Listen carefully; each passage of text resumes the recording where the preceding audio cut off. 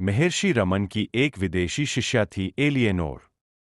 वे घोर डिप्रेशन की मरीज थीं। कई वर्षों से एलियनोर ठीक से सो नहीं पाई थीं। उनकी मानसिक स्थिति इतनी खराब थी कि दवाइयां लेकर भी बेचैन मन शांत नहीं होता था। जीवन के इस विषादपूर्ण दौर में उन्हें किसी ने महर्षि रमन के बारे में बताया।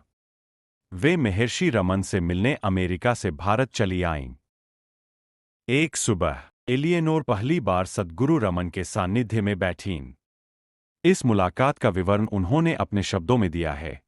गुरुदेव की आंखों से ऐसा परम तेज और दिव्य प्रभा निकली जो सीधा मेरे सीने से आर पार हो गई।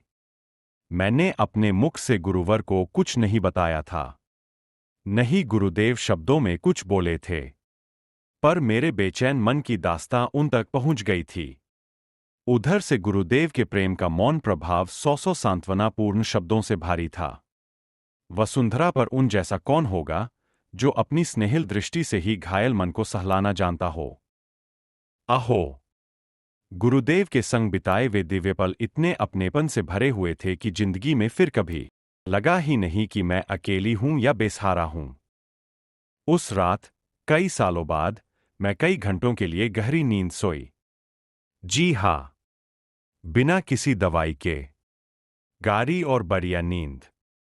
जब मैं सुबह उठी तो अपने आप को तरोताजा पाया, मानो नया जीवन मिला हो। मन ही मन में सोच रही थी, गुरुदेव ने न तो मुख से आशीर्वाद कहा था, नहीं आशीष मुद्रा में हाथ उठाया था। सब छोड़ो, मैंने तो उनसे अपनी समस्या का जिक्र तक नहीं किया था।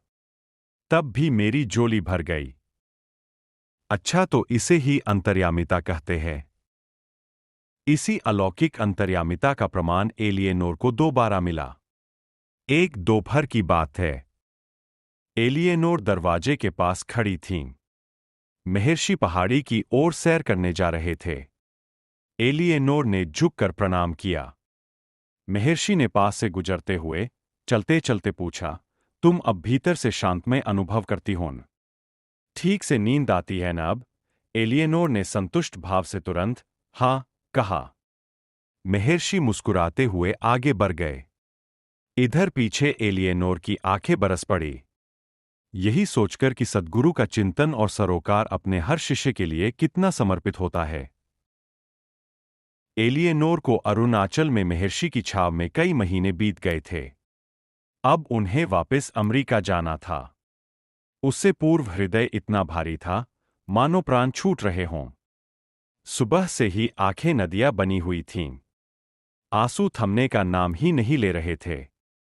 एलियनोर ने एक स्थान पर बताया है, उस दिन भारत छोड़ने से पहले मेरे हृदय में महर्षि से विलग होने की पीड़ा ज्यादा थी और उसे सहने की शक्ति कम थी।